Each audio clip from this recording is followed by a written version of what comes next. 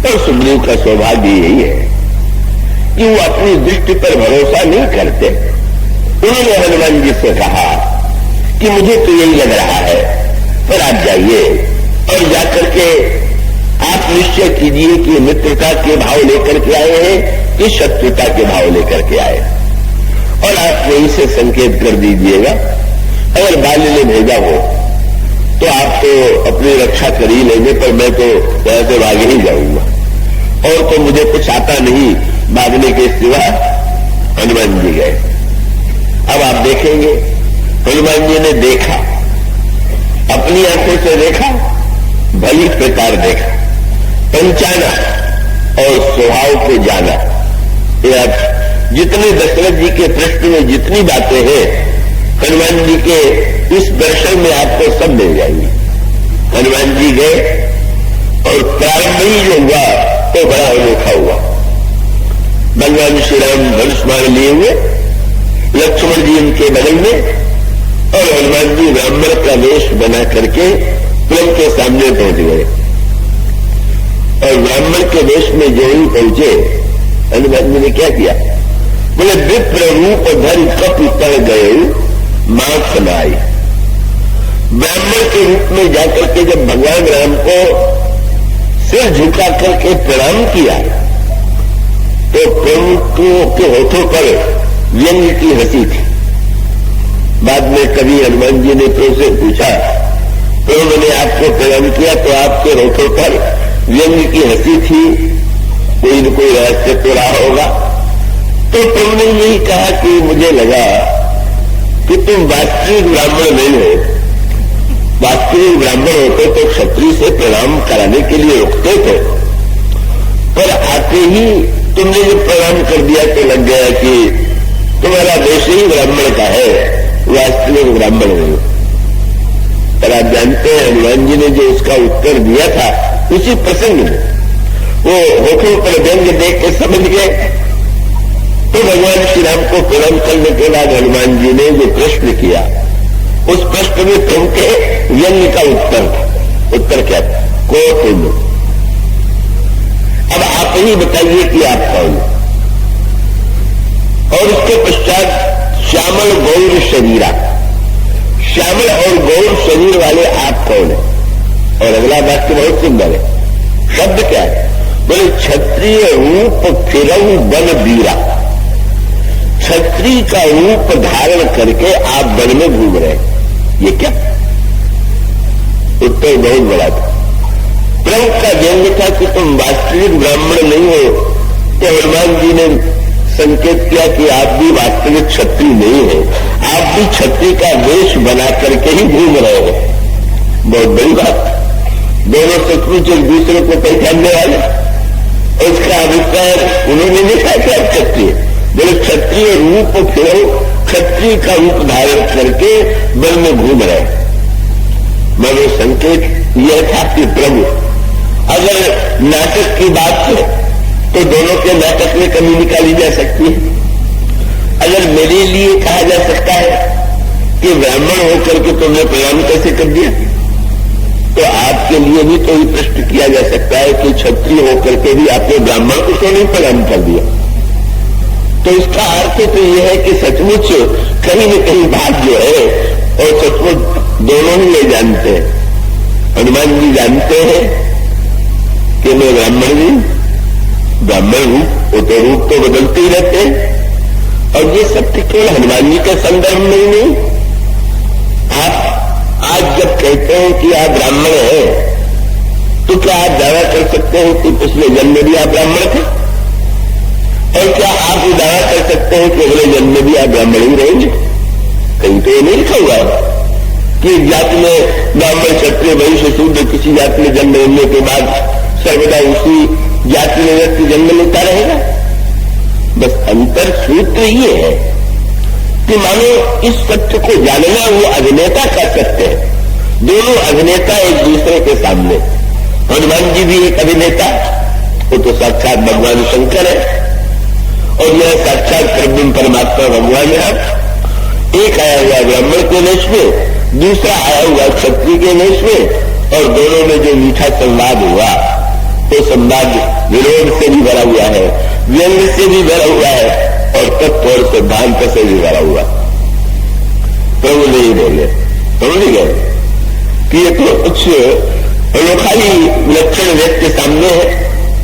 पर प्रभु से हनुमान जी से प्रभु पूछते हैं आप कौन है, और आगे चल करके प्रभु ने भी कह दिया तो फिर आप बताइए आप कौन हो।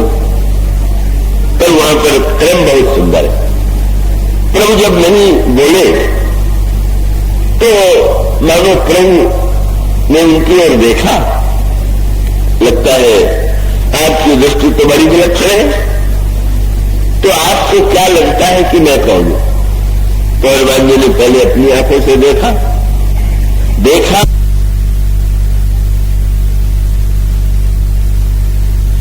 सत्य तक पहुंच गए।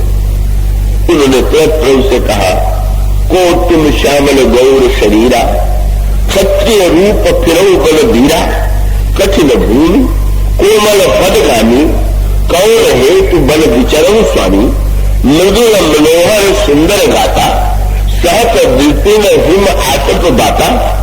और तब उन्होंने कहा, मुझे तो लगता है कि तुम तीन देव में कोई।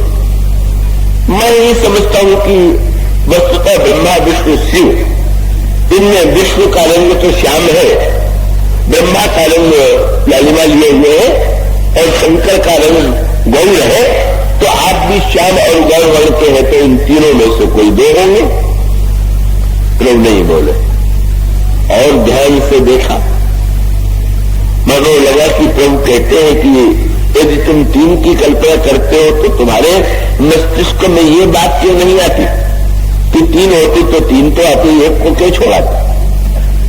हनुमान जी ने कहा, प्रभु मुझे ये लगता है कि आप तीन में दो नहीं। तब क्या है, बोले नर नारायण की तुम दो ही, नर नारायण ये तो दो ही है, तो लगता है कि आप दोनों नर और नारायण। प्रभु अभी मुस्कुरा करके देख रहे हैं।